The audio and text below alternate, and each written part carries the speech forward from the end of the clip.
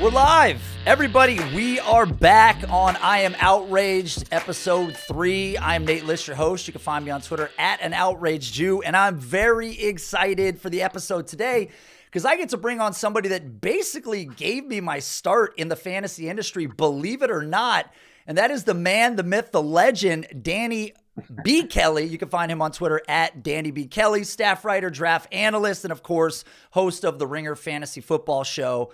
What's up, my man? What's going on, dude? It's good to talk to you. Oh, I feel good, man. I feel loose. You're one of those guests that I definitely get excited about. You've got an energy to you.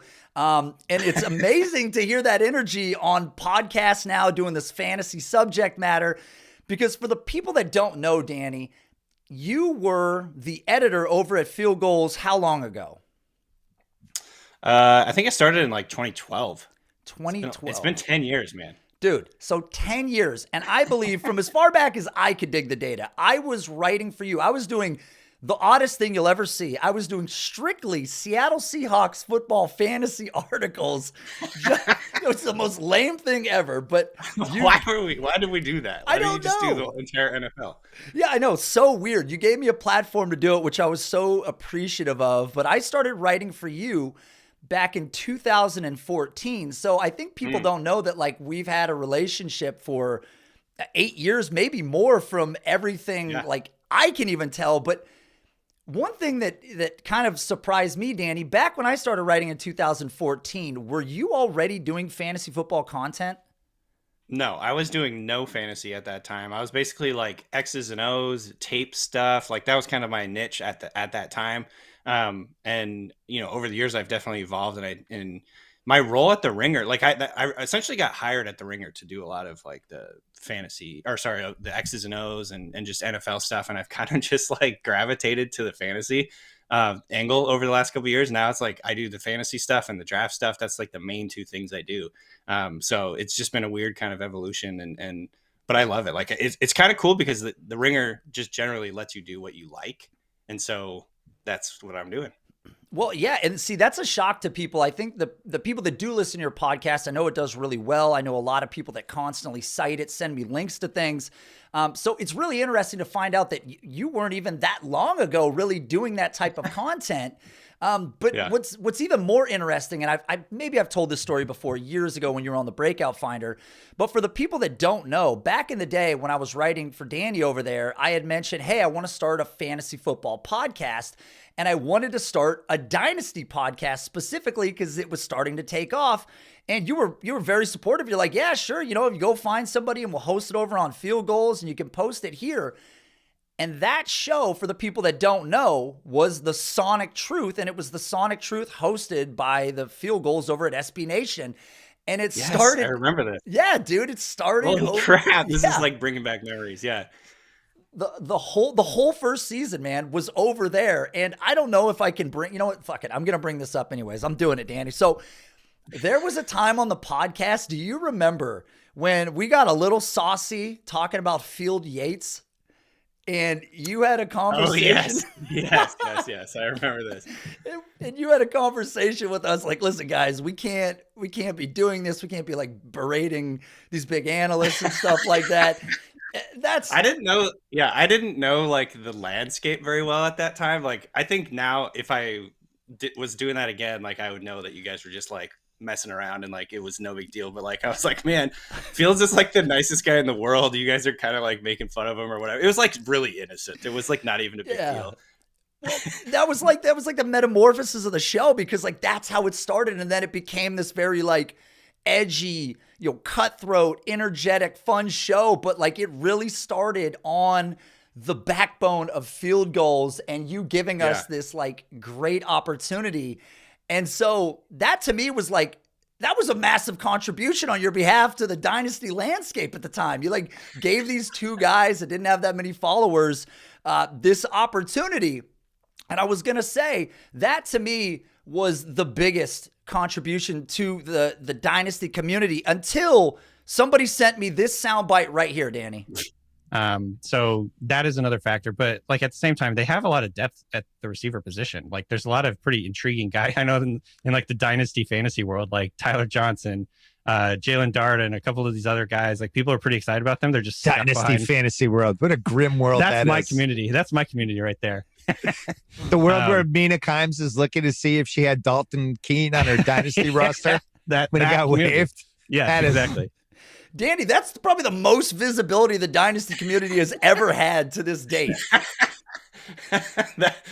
Oh man, that's funny. Yeah, Yeah, that was a legitimate thing because like I was texting with Simmons and Mina, and like we were talking about how the Patriots like had cut Ossie and Keene in the same like year, and we were like talking about how we were so like Mina and I were so excited about getting those guys on our Dynasty roster back in the day, and Simmons is just like, you guys are insane. It was just so good when somebody sent it to me. I was like, we got fucking Simmons talking about the Dynasty community. He's aware of it. Like we've made it because Dynasty is still like this ultra small group of individuals, as like you're obviously learning now.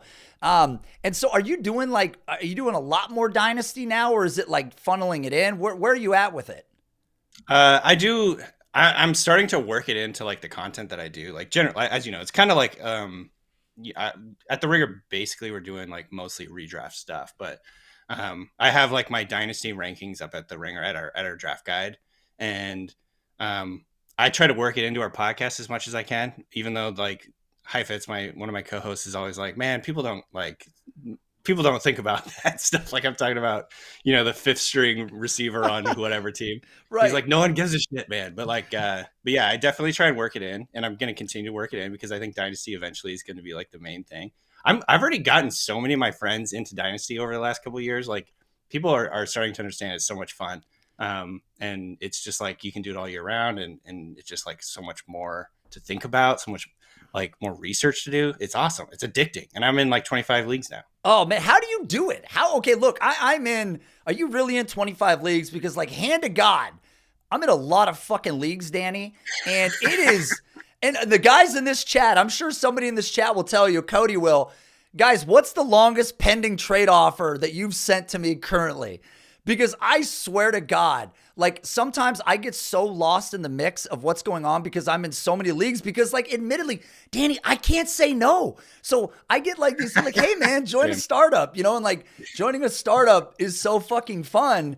And then it's like having a kid. Like the act of is great. And then having the kid, you're like, oh shit, now I got to manage this for like 18 years minimum.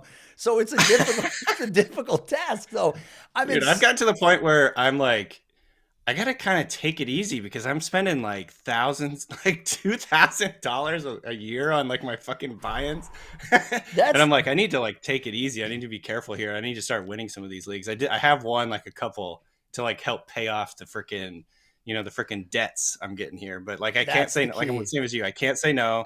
All of them have like 100+ buy-ins. Like I'm just like, man, I need to be careful here. That's the key, is that you just have to really focus on two leagues, your two best teams, to pay off the others. Win them. Yeah. You gotta almost just like go all in one or two leagues just to pay for your addiction. Right. Wow, that's really smart. I never thought about that. Yeah, two leagues where you're like, fuck the youth. I'm going for the throat because I need the money to pay for all the leagues that I actually care about. Yeah, that's amazing. No, I've got a bunch of people in the chat here that have said at least 3 months. They've had a pending trade offer in my inbox on Sleeper. I'm getting it to it, guys. I will get there. Like I'm coming around. I promise. Thinking about it. Yeah. It's been on my brain. So, Danny, I want to get to you and talk about this subject because the Seahawks have so many different possible stories and narratives and potentials with this offensive line and the quarterback situation. We have a named starter, but I don't know how long that starter is going to be in that position. We have two running backs. Everybody seems to believe in one guy, and there's some, distaste for another guy because of his pass catching prowess and Seahawks, historical usage of pass catching at the running back position. And then we have DK Metcalf and Tyler Lockett and now Noah Fant. So I kind of wanted to pick your brain about a couple of these players. And I want to start with this backfield in particular because Rashaad Penny was on fire to end the year last year, right? And as Seahawks fans, look, I have seen this before. I have seen Thomas Rawls. I have witnessed this explosive outcome once in the past, but I think Rashaad Penny is a much better player. But when you look at these two guys, if you have to make an assumption about what you expect to see. What do you think is going to go down? I think this year it's going to be Penny. As long as he can stay healthy, he's going to be the guy. He's going to be the starter. I think Kenneth Walker's going to get in there and do his thing here and there. Maybe they'll rotate a little bit like drives or whatever. But I think for the most part, this is going to be Penny's backfield.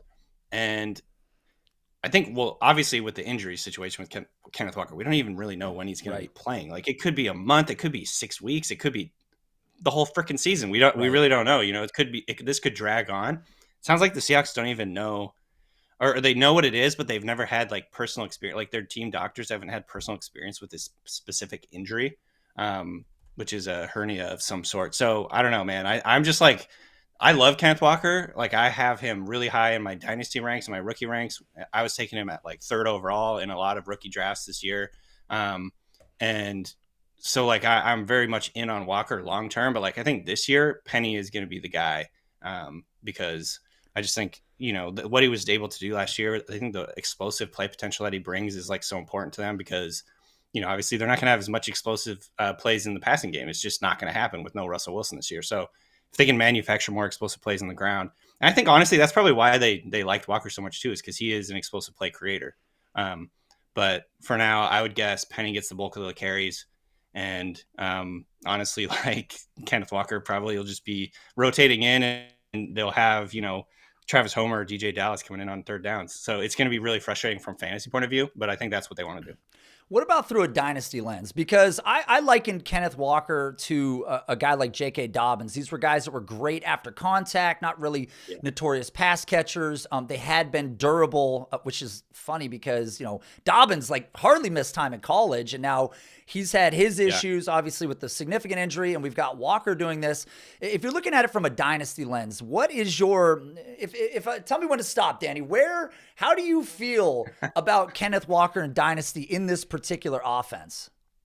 I love him. I do think so. Like, I don't really buy in as much. I did, by the way, I comped him to J.K. Dobbins too. In my draft guide. I probably stole that from you. I think he's capable of catching passes. I've heard, from people at the practices and on the ground there in Seattle that they're using him plenty in the passing game. I don't think he's incapable of like catching passes. I don't know if he's never going to be like a Kamara type guy who's catching 80 passes a year, but maybe 40, something like that. 30 or 40 is when he becomes the full-time starter, when he becomes the main guy there. And I think, so that to me is like, he has plenty of, floor with the pass catching. I don't think he's never going to be a ceiling guy with pass catcher, but like he's so good as a runner. Seahawks want to run the ball. There's going to be volume there. Their offensive line to me is going in the right direction, which for the first time in forever, like they have what looks like a good core here on the offensive line, especially at the tackle position with these two guys. So I'm very bullish on him, honestly. I know the concerns. I'm very aware of the concerns. But I'm just like, maybe this is just me being a homer, but I think he's going to be a high volume guy and he's going to, they'll sprinkle him in the passing game. Trust me, we're both homers. There's no negativity that needs to be spoken. Anybody that's watching this right now should know that this analysis will be dripping in bias. Like you can't take what you're going to hear right now seriously at all. But so when you look though at the, before we get to the quarterbacks, because the running back being hinged to the success of a team behind the quarterback, if you had to fast forward a year, what do you think Seattle does at quarterback? I mean, I think they're probably going to try and pick up one of these quarterbacks in the draft next year. I think, honestly, like for most of the offseason, I was like, because people were talking about the Seahawks as maybe the worst team in the NFL. They're going to have a top 3 pick. And my thing was like, I understand why people are saying that, but like they've just never been that bad during the Pete Carroll era. They've always been, drag people down to their level, smash mouth, get in the mud. Like they're going to shorten the game, rely on a few big, like, momentum changing plays or whatever. Like, obviously this is all a bunch of cliches, but Pete Carroll believes this 100%. And he's managed to do this over the years. Like I don't think they've lost fewer than, I think they haven't won fewer than 7 games in any year that Pete Carroll's been around. This is over a decade. So the fact that their over under right now is 5.5, I've always been a little bit skeptical of that. But, and here's the but, after watching them in the preseason, I was like, ooh, it might not be very good. I was like, man, the defense is going to give them a little bit of a foundation. The offense will be whatever. that defense looked pretty freaking terrible in the preseason. Like they couldn't tackle, they couldn't stop anything. They were like getting picked apart by Mason Rudolph. I know that there weren't like all their starters playing everything, but like it really took the wind out of my sails when I was like, man, bet the over on that, because that's like an easy. Seahawks will win 7 games. Like they're going to win 7 games. Now I'm like, okay, I can see it. 5 games. All that is to say, they might have a top 5 pick. Plus, they're going to have 2 first rounders. Yes. So they can move around if they want. So, long story short, I think they're going to try and get a quarterback in this next draft. They'll probably do the same thing they did with Russell Wilson, where they'll sign, either re-sign Geno to have like a bridge option at a competition, or maybe sign some guy in free agency or whatever, and then kind of just go from there. And then, whoever it is, CJ Stroud, Bryce Young, whoever like ends up being the top quarterback in the class, I think they'll go for one of those guys. And, ultimately the offense will be going in the right direction eventually. God, that would be amazing. I mean, if we only have to do the one usher in year to possibly get to one of these young, great quarterbacks. Now, you never know if these guys are going to fire, but right. If we can have that Green Bay Packers, just nice flow from Favre into Aaron Rodgers, just give us 30 years of coverage. I don't know if we're going to get there, but I like it, because to me, when we're thinking about Kenneth Walker, when we're thinking about this backfield, I agree. I think that Rashaad Penny is likely going to be the guy as long as he can stay healthy, but that's been his most elusive characteristic, believe it or not, for a guy that can shed so many tackles. Health has been the one thing that's been a problem for him.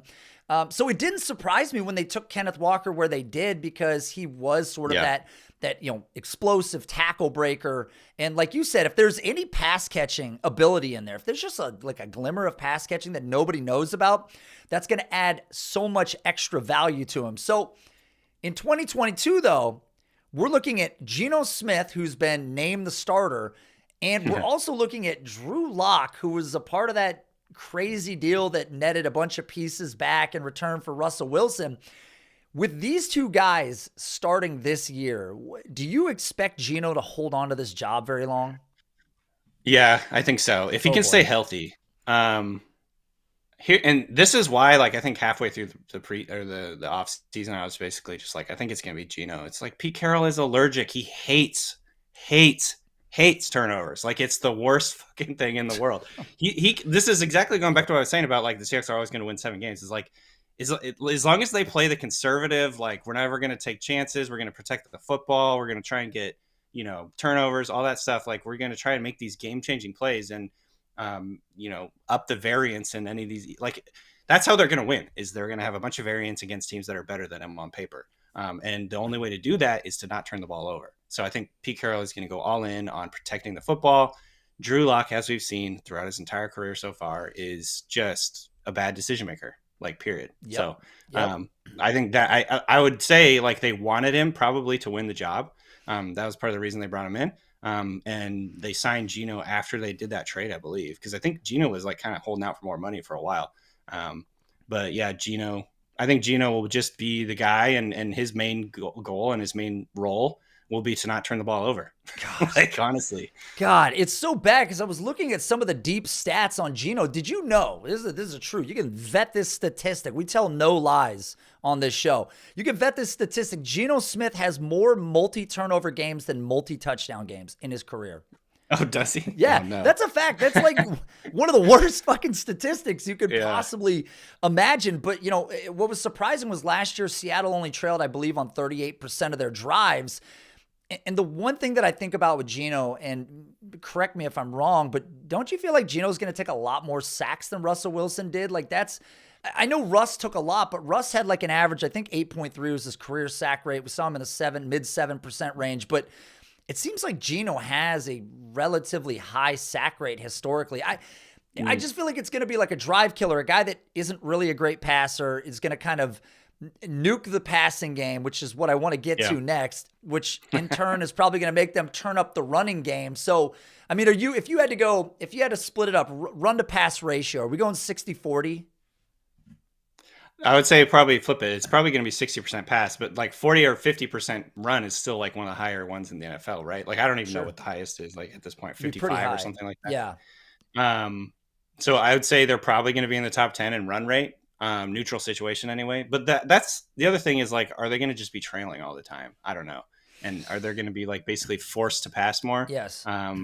there's a lot of variables in there. And I do think like, it's going to be interesting seeing how the offense changes with Geno, because they brought in Waldron from the Rams, and the Rams passing game, very play action heavy, a lot of like working the middle of the field, a lot of short intermediate area stuff, like none of the stuff that Russell Wilson wants to do essentially. Yep. And so I'm very curious to see if maybe like there's a world in which this offense runs a little bit more smoothly with Geno under center. Not to say they're going to score more points or, like, I don't know. Cause obviously Russell Wilson, explosive plays, touchdowns, big plays, out of structure, all that crap. But like, this might look more like a real offense, I guess.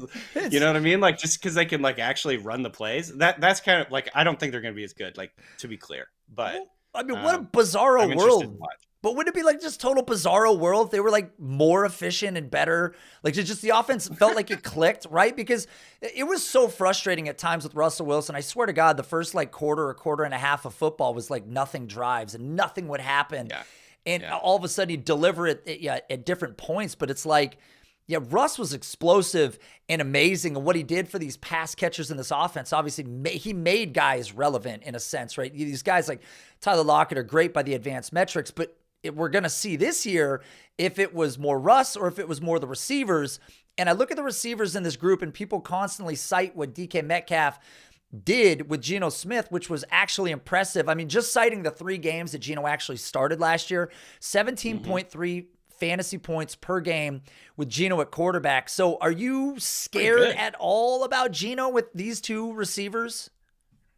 I think obviously kind of the same deal. Like the ceiling is much lower, but I don't think they're worthless. And I'm still willing to take DK Metcalf because I think they're going to do more short and intermediate stuff. They're going to have potentially more plays. Like that was the big thing last year, is like, man, they're just like dead last in the NFL in plays by like a lot. Yes. By like, I think I looked it up, dude. They played like in terms of plays. Yeah. The Chargers played like 5 more games than them. Yeah. Like, they had, I think they had less than the Jets. Game.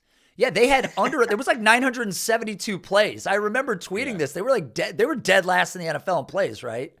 Yeah, I mean, if you look, I think I don't have it in front of me, but like if you look at the number of plays the Chargers ran last year, it's like an additional 5 games, and like think about that for like fantasy. Yes. So I think there's a chance that they score fewer points, but they run more plays because they're doing more like short intermediate stuff. Getting first downs, matriculating instead of just having these big game-changing 50-yarders or whatever that like kind of like break the monotony.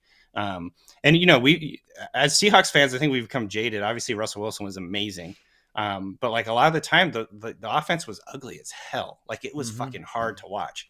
And so I don't know. It's just gonna be different, really. At the end of the day, it's gonna be a very different style of offense. And so I'm gonna be kind of interested to see how it works. And you said the splits, like I think his DK Metcalf's went down like a lot, like half probably, like of what it was with Geno versus Russell. But like he was probably getting more targets. And this is like variance at work, but he had like more touchdowns, I think, with Geno. So I don't know. One of the big issues too with DK, I believe he had, so of his 12 touchdowns last year, 9 came in the red zone. I mean, I can't imagine a world where with Geno Smith at quarterback, this team is getting to the red zone more frequently than they did with Russell Wilson. That's one of the things that scares me. And I believe you look back at DK last year, I think he only averaged 14 fantasy points per game. So if we cut those touchdowns in half, you're getting 13, 12 and a half fantasy points out of him on average over the year. So it's kind of nerve-wracking, but obviously with the contract, with the future of the quarterback position, like you're saying, you can't really be that fearful. And I don't think anybody's necessarily panic selling because we did see enough of Geno, right? Right.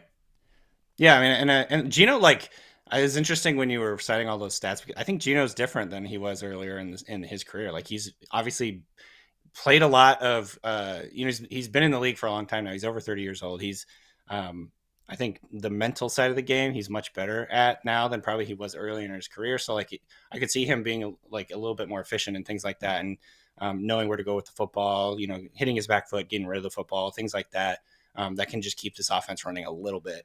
And again, to be clear, I don't think they're going to be like a really good offense. Like I'm saying, take the under Yeah, on the win total, but that's like the I still throttle. think that there's going to be enough plays in there to make the DK Metcalf and Lockett's probably a pretty good value right now too. Well, so what does that mean about Noah Fant then? I mean, because this is a team, and I have an Adam Levitan tweet that I want to bring up right now before we even talk about Fant. Here it is right here. It says the Seahawks starter Geno Smith played 10 snaps Friday, tight end snaps, 7 with Dissly, 5 with Fant, 1 with Colby. So the question is, Danny, is this a team is this going to be like a Rams type tight end combination? Do we expect Noah Fant to really get the maximum opportunities, or is Dissly going to be a pain in people's ass all year?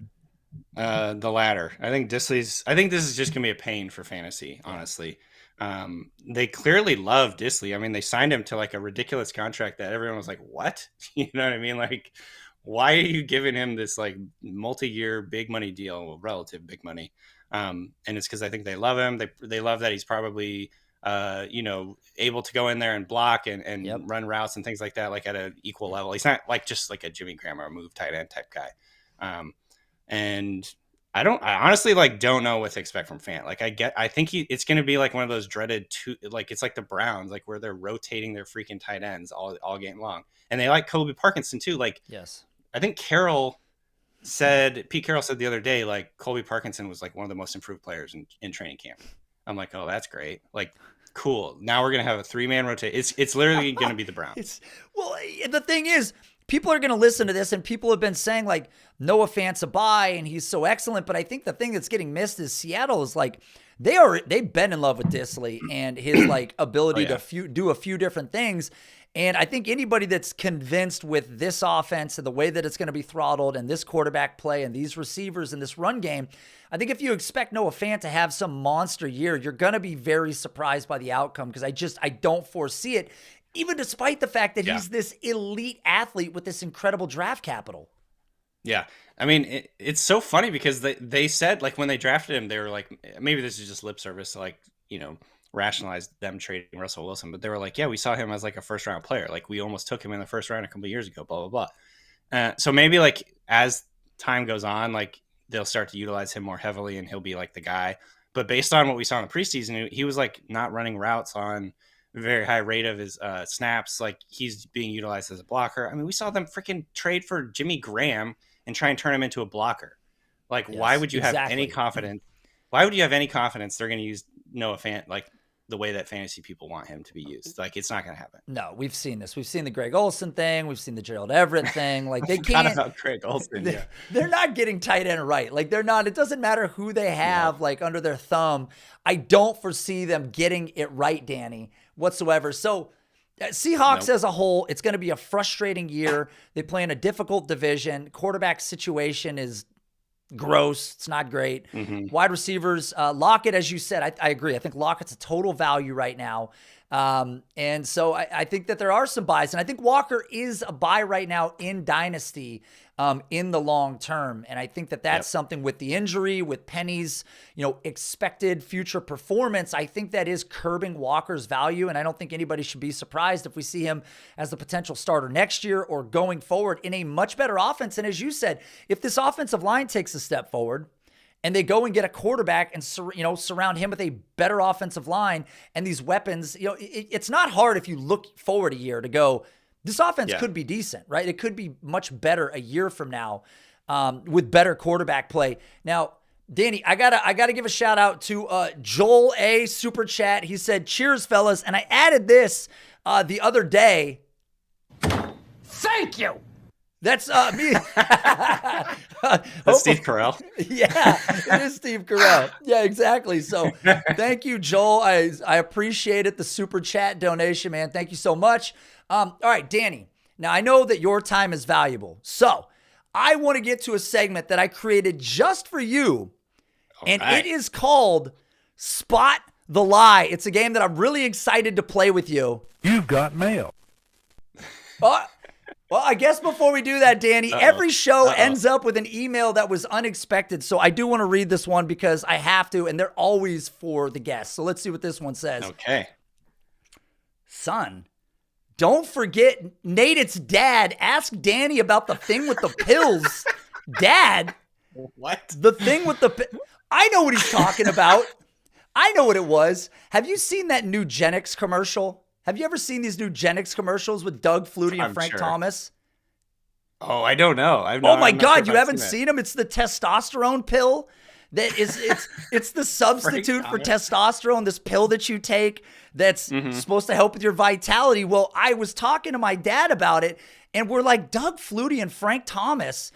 And I thought, how many players said no before they settled on Doug Flutie and Frank Thomas? Like, how many? What is that combination? Like, yeah, to end on Doug Flutie and Frank Thomas had to be hundreds and hundreds of no's to get to that position. So, Dad, thank you for the email.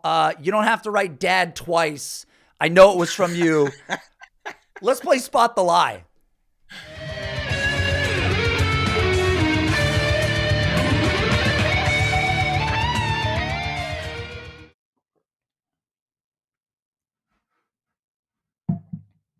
Oh, I can't hear you. Oh, God. Okay. Can you hear me now? He's back. Okay, Jesus Christ. This is the second time in numerous episodes that this has happened. Thank you for pointing that out. And it's only a 3-second loss. So here's the thing, Danny. Here's how the game's going to work. I am going to put the question up on the screen or the statement. And if you agree with it, that's good. But if you spot the lie and disagree, hit me with the reason that you feel this way. So let's start right at the top, because in 2022, Danny, we need to make some bold predictions about the outcome for these rookies. So this is specifically focused on 2022 rookies. So let's start right here. First question, statement. Dameon Pierce is a top 15 running back this time next year. Ooh, that's tough. That's very, very tough. I think that's probably not going to happen. I think here's the deal. I think people are still too worried about the 4th-round draft capital. And by the way, it depends kind of what's going to happen with Michael Carter this year, but I think people are going to be a little bit like, worried about what happened with Carter, where they replaced him immediately. Even though he had a good rookie season, they replaced him immediately with a 2nd-round pick. So I think people are still going to be a little bit worried. No matter, even if Pierce has a very good year, people are still going to be worried about him getting replaced. So I would say that's a lie, but it's going to be close. I do think it'll be close.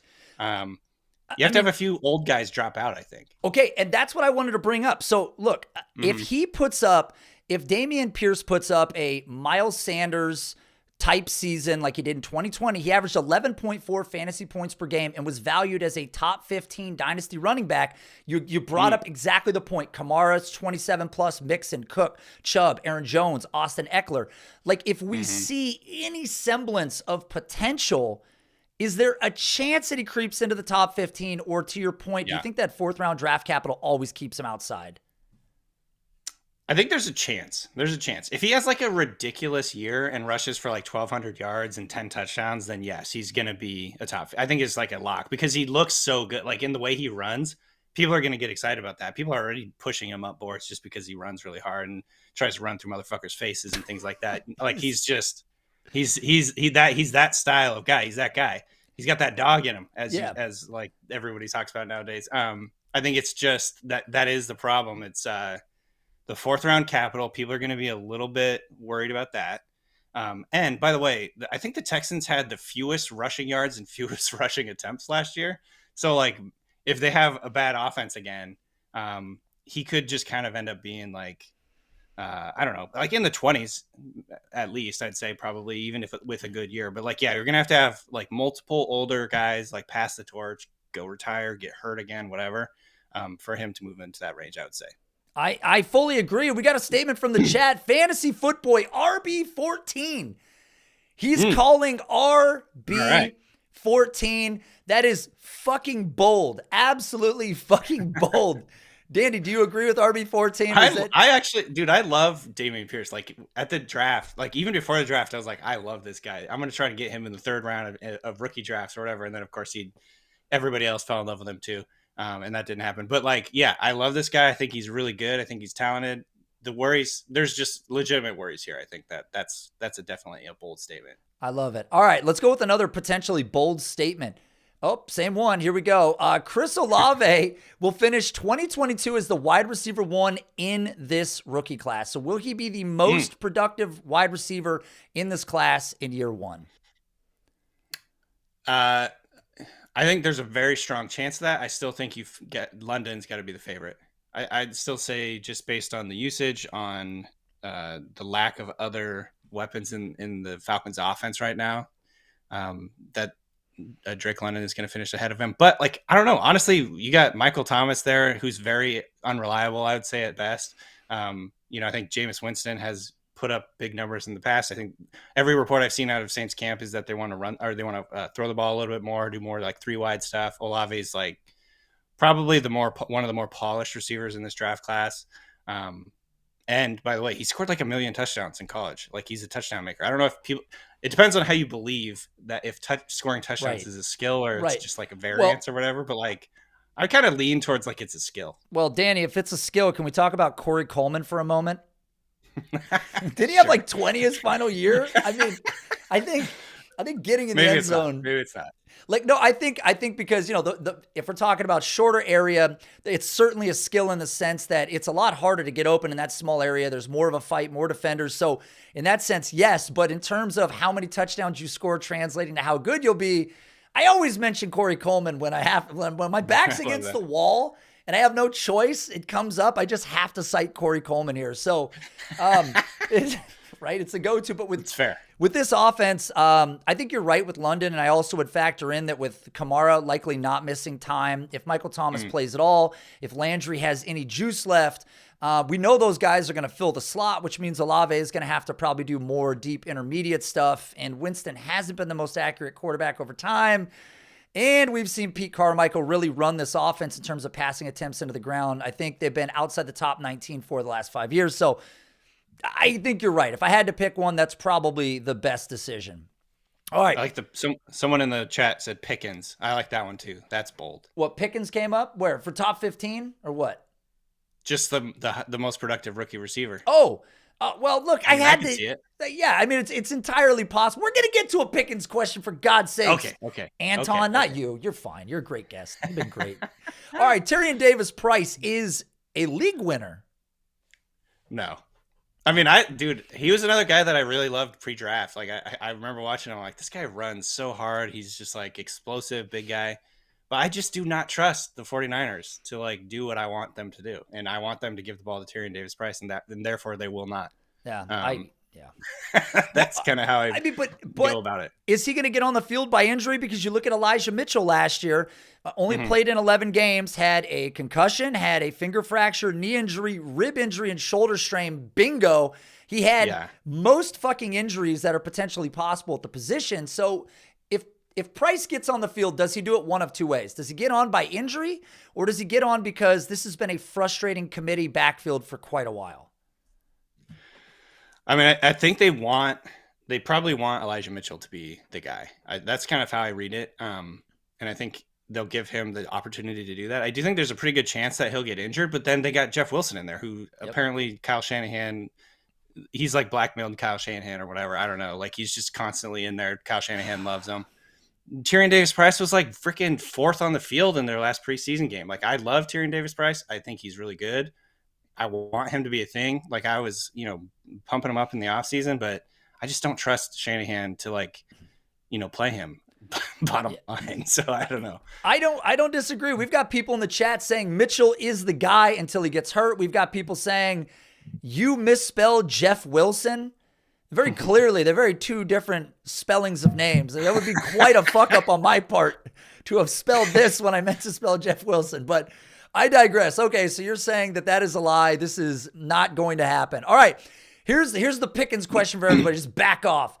George Pickens ends with more catches than Chase Claypool in 2022. Is that an easy one?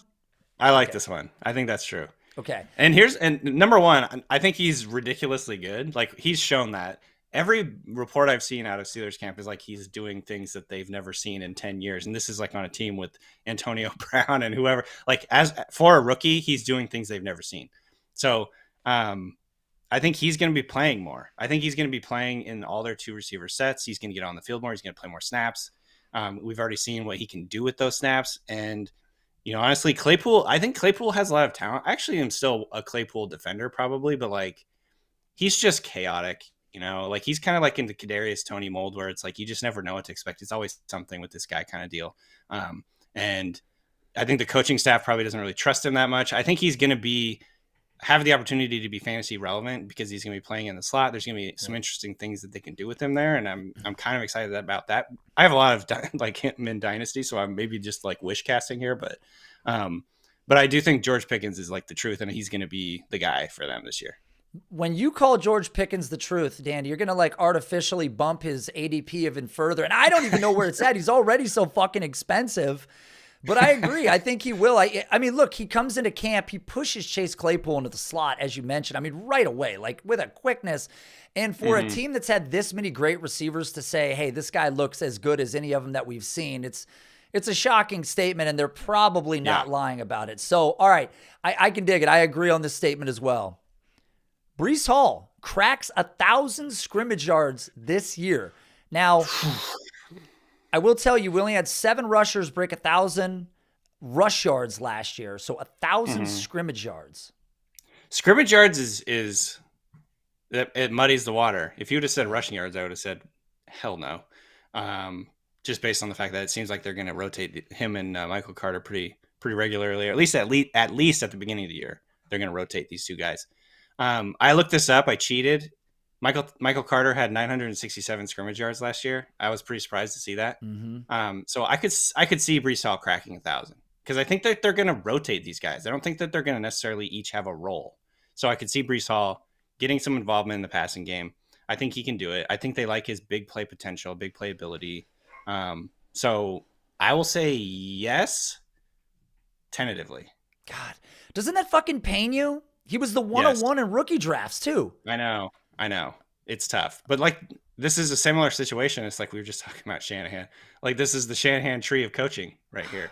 And even though I want Breece Hall to be the guy there, he was playing with the backups in preseason. He's going to have to earn that starting job. And I could see a coach like Sala, like basically just saying, look, we like both of these guys. We're going to like run both of them. We like what they bring to the field and whatever. Like, and honestly, like if I was a coach, I would probably do the same thing.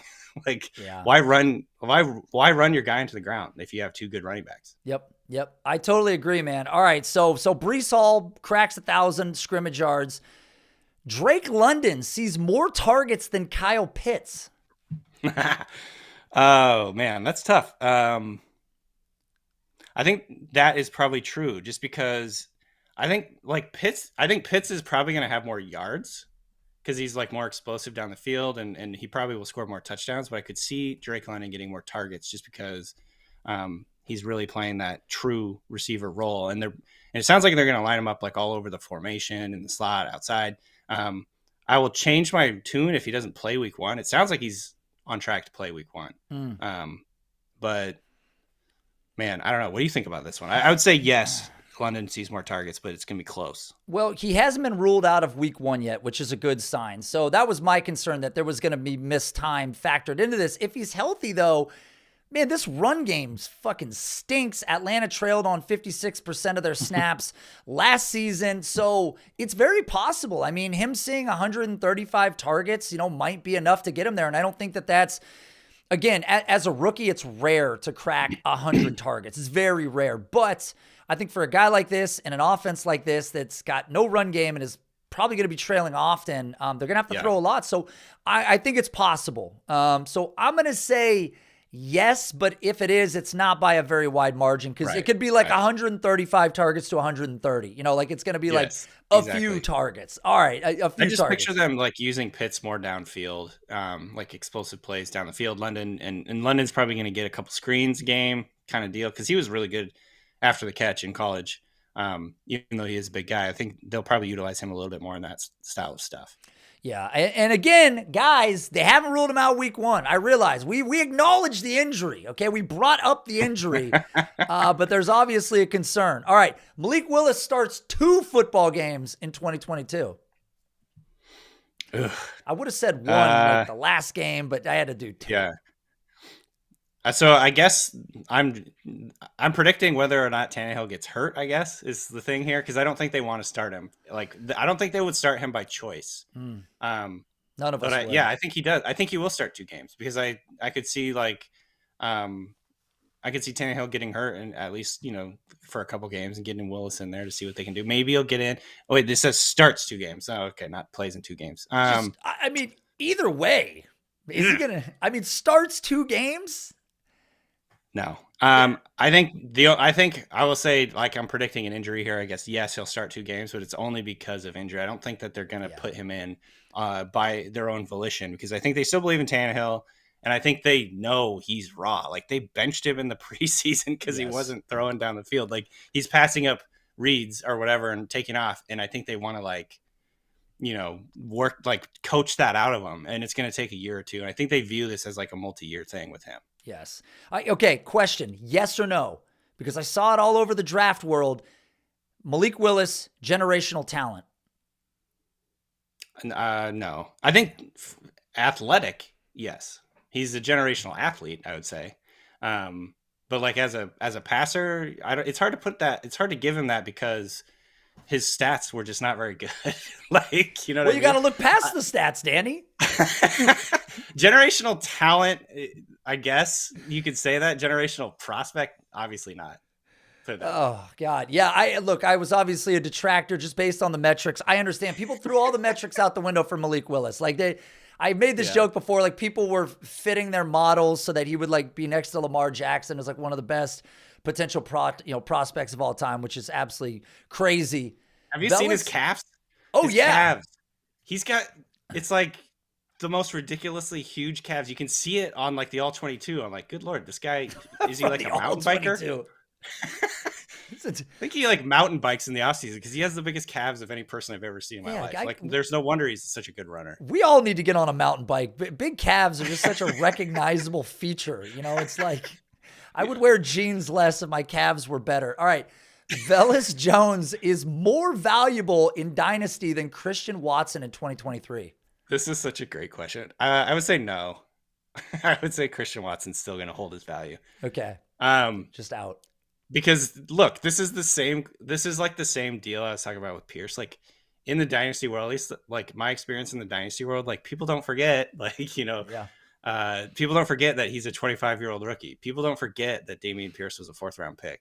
And yes, his value could increase dramatically, but I would guess Christian Watson's still going to hold his value regardless of what he does in rookie year because, well, not regardless, but if Christian Watson completely bombs and doesn't play, then I could see that happen. But I think he's going to play, and I think he's going to do enough to flash and whatever. People will kind of hold on to their priors enough to keep his value up. Yeah, are you laughing? Bro? I agree. People know, we got people in the chat. This question is disrespectful. But I didn't. Are you a detractor? Are you a Christian Watson detractor, or is this a Velus Jones question? This show has a producer. I don't even write this stuff, Danny. This stuff gets submitted to me. I don't even get to look at it. Just read what's on the teleprompter. That's exactly it. I read what's on the teleprompter. Guys, if you've got complaints, send your emails to the producer, not me. All right. Here's a question for you, Danny, because you talked about draft capital and the importance of it. Isaiah Pacheco scores more fantasy points than that other starting running back. Don't you dare fucking do it. I'm not allowed to say CEH? Don't? Or am I not allowed to say Clyde Edwards-Helaire? You did it, you fucking Danny. No! That was the one rule in this show that we talked about when you came on here. I said we don't say that name on this show. It's been stricken. I specifically put into this that wasn't going to come up. You and I talked pre-show. What was the point of talking pre-show just for you to do that? Unbelievable. Jesus, man. All right, when I answer the question. Is this, I'm trying to figure out the etymology of this. Is this because you were a Clyde Edwards-Helaire believer over Jonathan Taylor and you're just still feeling really guilty about it? Because I was too, by the way. Thanks, Danny. We should start a group. Me, you, Graham Barfield, Scott Barrett. There's a lot of guys. We could all just get together, just do a big seance with all of us and just, burn some incense. Got some regrets. And say goodbye to him. Yes. Yes, I was pretty heavy. The show that you helped, launch is one of the great One of the great scarlet letters of my life is associated with that show. And so I had to make a new show. You know, it's like when your house is so fucked that you just want the insurance money. You don't want to try and fix it, so you burn it down. So this is my new house that I had to build because it was so bad. But with that being said, answer the question, Danny. No, he's not going to score more than points. All right, fair enough. I don't believe that. Good answer. All right, Danny, one of the last questions.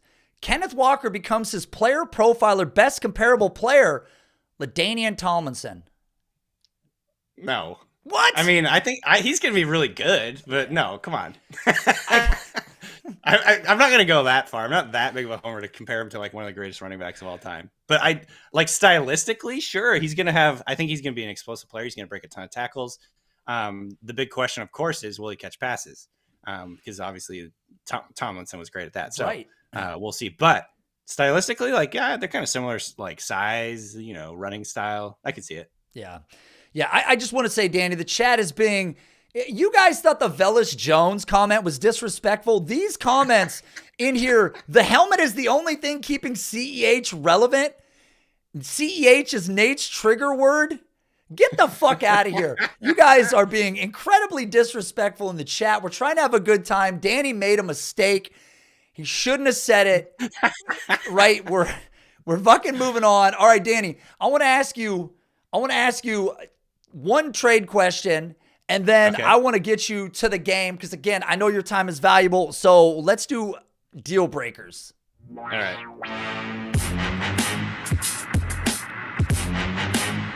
A lot of flavor on that instrumental, by the way.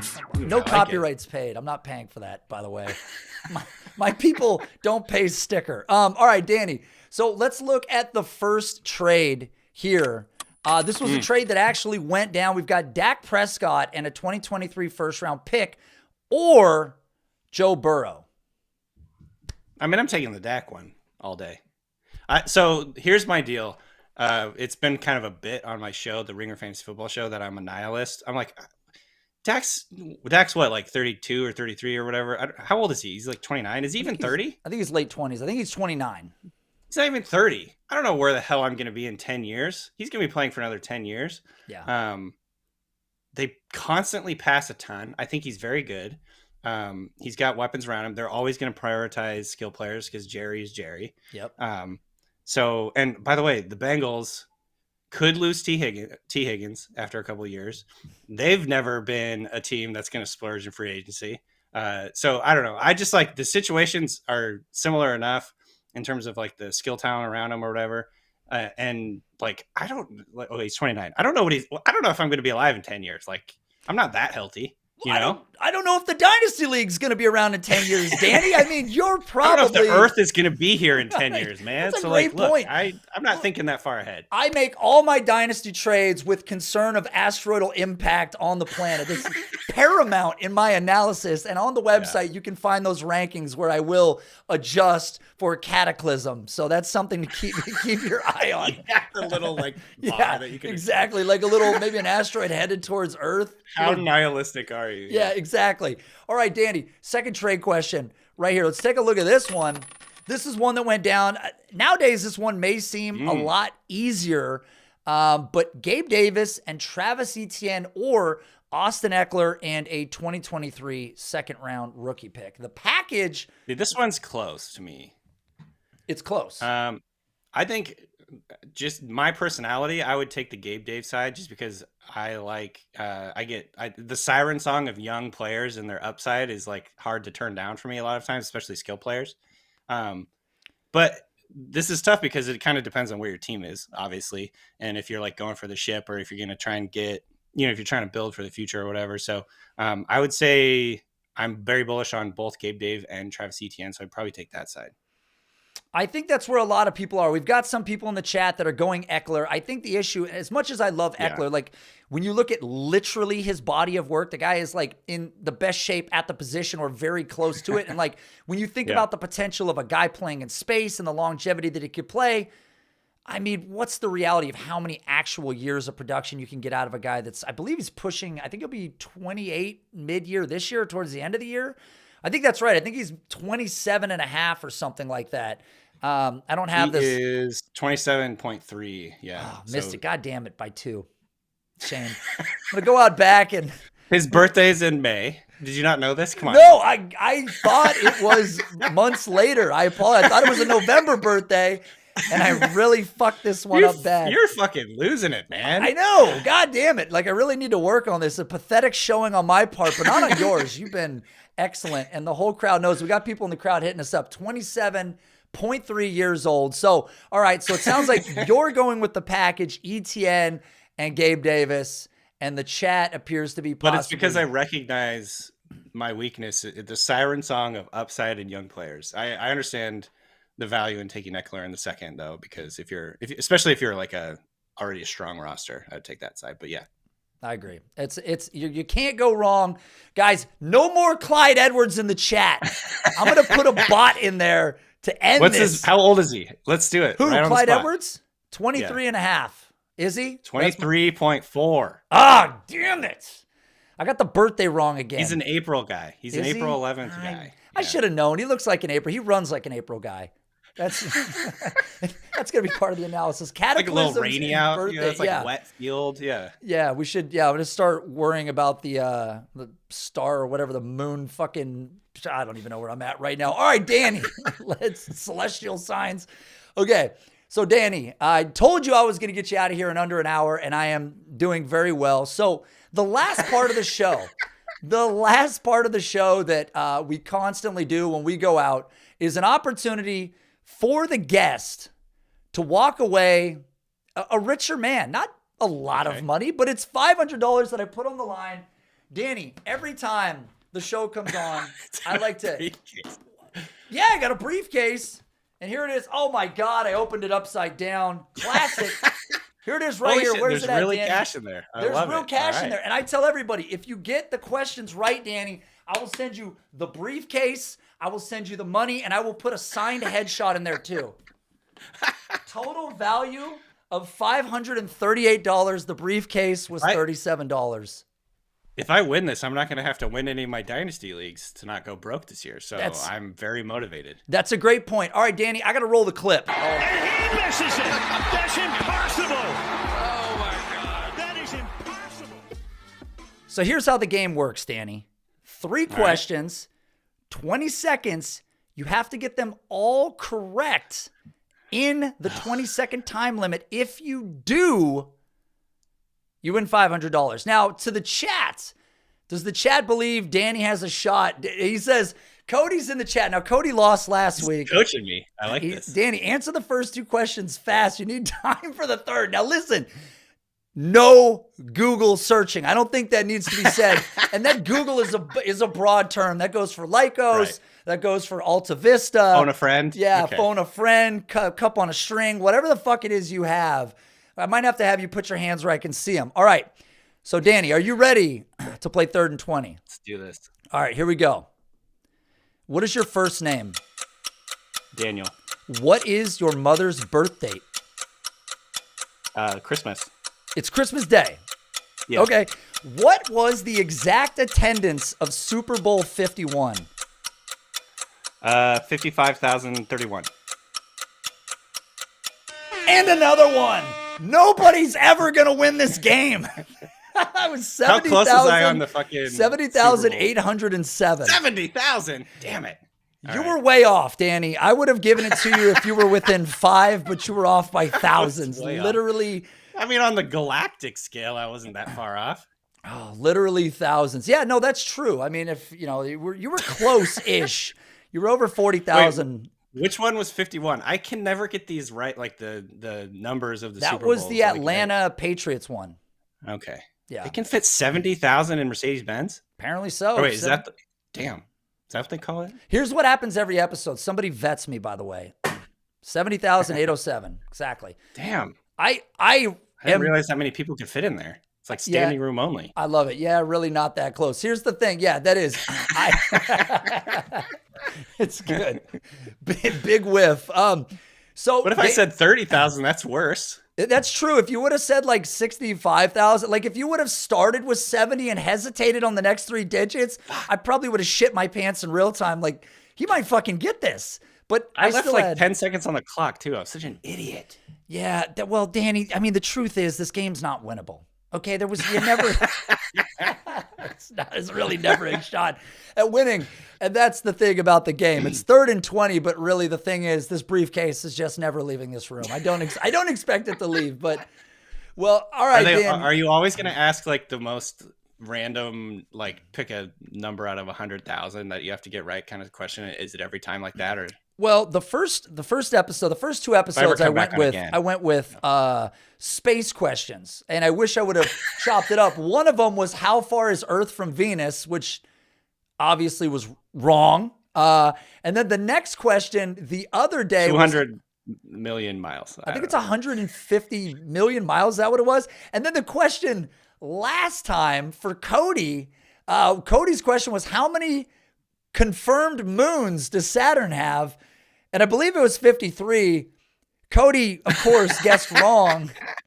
And he told me, well, hey, there's like 19 unconfirmed moons. And I told him, well, if they qualify another moon, you can come back on and play again. And just lose take it up all with over NASA. again. Yeah, take it up with NASA. They're the ones that really fucked you. If you spend the rest of your life trying to dequalify like 40 moons, you can win the money. So it's so good. Exactly. Not giving this money away. Look at the name. All right, Danny. Thank you so much for coming on, man. You're a lot of fun. We got some Seahawks conversation out of the way. I'm just a huge fan of sort of where your career has gone because you've really taken off immensely since the field goal days when you were doing the editing and sort of the face of that brand. And the podcast obviously is exceptional. And hearing you with Simmons now is just like, it's fucking crazy to me. I don't know if it's crazy for you, but it's a shock for me. Yeah. Yeah. Oh no, it's definitely surreal. I appreciate that. It is so funny, man. It's like fun remembering some of the stuff that we've done in the past. Like I completely forgotten about that, the Field Yates story. That's good. Thank you for bringing that up. Cause I told these guys, I'm like, I don't know if I'm going to publish this podcast. That's what it was. Yeah. You're like, we can't publish this. And the funny backstory is that was about the point that like Matt Kelly was like, we got to get the fuck off this network. We got to do our own thing, man. We don't want to get held down, blah, blah, blah. I'm like Mama Bird. I pushed you guys out of the nest. Like, it's a good thing. You should be thanking me. Like, I am thanking you. That was you don't want the overlord. You don't want like the super, conservative overlords. Like anyway, the micromanager. Yeah, man. That's the first 5 minutes of the show was me like showering you with, praise and thanks. It was great. You helped kick my career off to where it's at today. So I do appreciate that, guys. If you don't follow Danny, that's absolutely fucking crazy because this is a Dynasty show and he does draft analysis and a Dynasty show himself at Danny B. Kelly. You can find him on Twitter there. Or is there any other places anybody can find you or are you mostly on Twitter?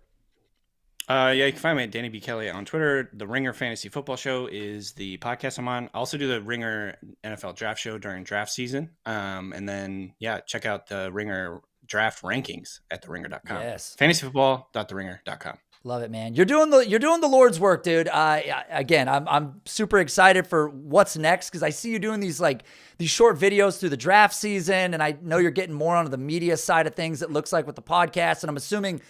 Can we expect more video from you in the future? Is that in the works? Yeah. I'm sure that's the next logical thing that we're going to try and get doing. I actually just redid like my background the other day. Yeah. So I'm like trying to be like, you got like the freaking setup back there. Like I gotta get with like your people on how to do all that stuff. Well, look, Dan, if you want sounders that fly in, if you want graphics, whatever you need, Danny, you come to me and I'm going to help fix you up. Okay. We're going to make you real great. So, anyways, Danny, thanks for coming on. Thank you for reminiscing with me about the kickstart that you gave me and Matt Kelly. Guys, thank you for checking out the show. Hit the like before you go. Comment. Help me boost this thing up the ranks. And we'll be back next week with a secret guest because even I'm slightly unsure on who it's going to be. And also, for those of you guys that didn't know, Danny's actually a little under the weather. So this was flu game Jordan out of him. So again, I appreciate you sticking with it, man. It was a good episode. Thank you, man. I really appreciate it. This is all seriously, like I was excited to do this because you're just like a lot of fun, high energy. Love it. I appreciate it, man. Well, I had a lot of stuff, but we had to save a little bit of it for the sake of time. But guys, I've got some unique shit ready to roll out next week. So guys, thanks for checking out the stream. Danny, thanks for joining, and we'll see you guys next week.